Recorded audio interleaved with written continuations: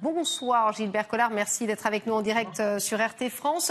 Une première réaction à ces annonces d'Emmanuel Macron, notamment le pass sanitaire qui va rendre la vie vraiment extrêmement compliquée à tous les non-vaccinés en France. Écoutez, moi je voudrais que les choses soient claires parce que nous avons besoin du courage de la clarté. Je ne suis absolument pas contre les vaccins. Je ne suis ni pour ni contre le vaccin contre le virus. Mais je pense que chacun devrait avoir le droit d'option. Et je considère que d'obliger la population à se faire vacciner, ce qui devient inévitable compte tenu du passeport sanitaire qui est mis en place, constitue une atteinte à la liberté de disposer de son propre corps et je trouve que ce n'est pas normal. Encore une fois, chacun est libre de faire ce qu'il veut. Je ne dis pas qu'il ne faut pas se faire vacciner, moi. Je ne dis pas non plus qu'il faut se faire vacciner sous peine d'être considéré, comme le dit M. Kouchner, comme un traître. Vous vous rendez compte où on en est? Bon, je dis que chacun devrait, dans le respect des gestes barrières, dans la prudence, faire comme il l'entend. Et je trouve que la manière dont s'instaure cette dictature vaccinale, puisque si on n'est pas vacciné, on ne pourra plus sortir de chez soi. Donc ça veut dire qu'il faut se faire vacciner par contrainte. Et tous les gens qui, comme moi, sont obligés de se déplacer, comment pourraient-ils ne pas se faire vacciner? Alors même que, et c'est un point important si vous le permettez, l'autorisation de mise sur le marché de ces vaccins est conditionnelle et qu'on en est encore en essai clinique de la phase 3 ou 4. Alors la contrepartie qu'on devrait exiger pour cette vaccination obligatoire, c'est que l'Union européenne rende publics les contrats qui lient l'Union au laboratoire, que chaque citoyen sache dans quelles conditions le produit qu'on va de contrainte lui injecter a été acheté, négocié. Existe-t-il des clauses d'irresponsabilité? Y a-t-il des clauses de sauvegarde? Enfin, voilà. Là, il y aurait une contrepartie quand même qui serait, à mon avis, indispensable et qu'on doit exiger, que les démocrates doivent exiger. Maintenant, encore une fois, je ne voudrais absolument pas que cette querelle sur la vaccination devienne un fruit de discorde entre Français. Parce que là, maintenant, les gens commencent à s'opposer d'une manière irrationnelle. Il y a ceux qui sont pour le vaccin, ceux qui sont contre le vaccin, et ça va finir par une empoignade, ça. Et finalement, quand on écoute M. Macron, on devrait, je conclus là-dessus si vous permettez, lui rappeler ce que disait M. Dupond-Moretti, vous savez, le ministre de la Justice, quand il était question de vacciner obligatoirement les prisonniers.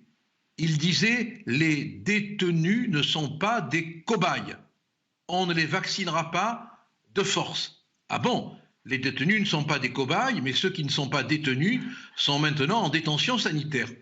Bon, il faudrait bien de réfléchir le président de la République à ce que disait son ministre de la Justice.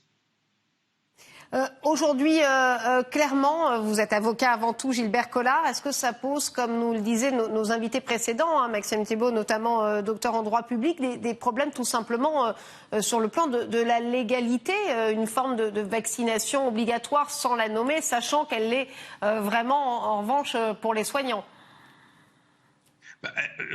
Alors, on va vous dire, et c'est l'éternel argument, mais il y a des vaccins qui ont été rendus obligatoires. C'est vrai, mais ce sont des vaccins qui avaient une antériorité, que l'on avait mis des années et des années et des années à mettre au point, et qui avaient quand même été testés, et il y avait la sécurité du temps écoulé. Alors, est-ce qu'on pourra recourir devant des juridictions comme le tribunal administratif, le Conseil d'État, le Conseil constitutionnel? Bien sûr, et espérons qu'ils se lèveront en gardiens de nos libertés, d'autant que, rappelez-vous, ces vaccins n'agissent pas sur les variants. Alors ils diminuent, c'est vrai, semble-t-il, en ce qui concerne le virus premier, il diminue l'effet de la maladie, semble-t-il. Mais il n'évite pas. Gilbert Collard, pardonnez-moi, a indiqué que tous les vaccins sur le marché français étaient aujourd'hui efficaces contre les variants. C'est ce qu'il a dit en début d'allocution. Oui, mais enfin, il y a plein d'études qui disent le contraire. Alors là, bon, moi, je n'ai pas la compétence qui me permettrait de discuter de la question médicale, mais je suis un simple lecteur et je lis des avis très, très contraires, hein, très différents. Bon, il y a plein de spécialistes qui disent que c'est pas efficace sur les variants. Il y a même le professeur Piromore qui a indiqué que ça pouvait avoir un effet sur les variants, le vaccin. Bon, donc on est dans une incertitude, quoi, personne ne peut avoir la prétention de détenir la vérité, mais au moins le doute devrait bénéficier aux vaccinés qui ne veulent pas l'être. Hein. En tout cas, si Emmanuel Macron avait une arrière-pensée, d'ailleurs il ne s'en cache pas, hein, objectif vaccination, 17 000 rendez-vous pris toutes les minutes sur le site Doctolib, un site qui a fini par être tout simplement planté à l'heure qu'il est. Il n'est plus possible de prendre aucun rendez-vous. C'était finalement une bonne stratégie si on voulait pousser à la vaccination aujourd'hui? Oui, mais c'est la stratégie du père Fouettard, qui ne va pas forcément contenter les fouettés. Les gens se sont dit, comme beaucoup d'amis à moi, que si on va aller au café, si on va aller au restaurant, si on veut prendre le train, vous vous rendez compte, un quart, il faut qu'on soit vacciné, ou alors il faut qu'on aille faire un test avec toutes les complications d'emploi du temps que cela représente. Donc les gens sont allés, pour ne pas être trop emmerdés, se faire vacciner. Je les comprends, et je les comprends, je ne les juge pas, je ne les condamne pas, je les comprends. Mais je trouve que le temps dira où est la vérité, du reste. Le temps le dira. Là, il y a un verdict auquel personne n'échappera dans cette triste affaire de la pandémie, c'est le temps. Le temps sera un juge effroyable pour ceux qui ont pris des décisions bonnes ou mauvaises. Alors une fois que la pandémie sera maîtrisée, apparemment plusieurs réformes vont être appliquées. C'était l'une des grandes annonces de la soirée également. L'assurance maladie, ça sera l'assurance chômage, assez décriée, ça sera à partir du 1er octobre. Suivi donc de la réforme des retraites, la nécessité de pousser l'âge légal de la retraite, la fin des régimes spéciaux. Une réaction?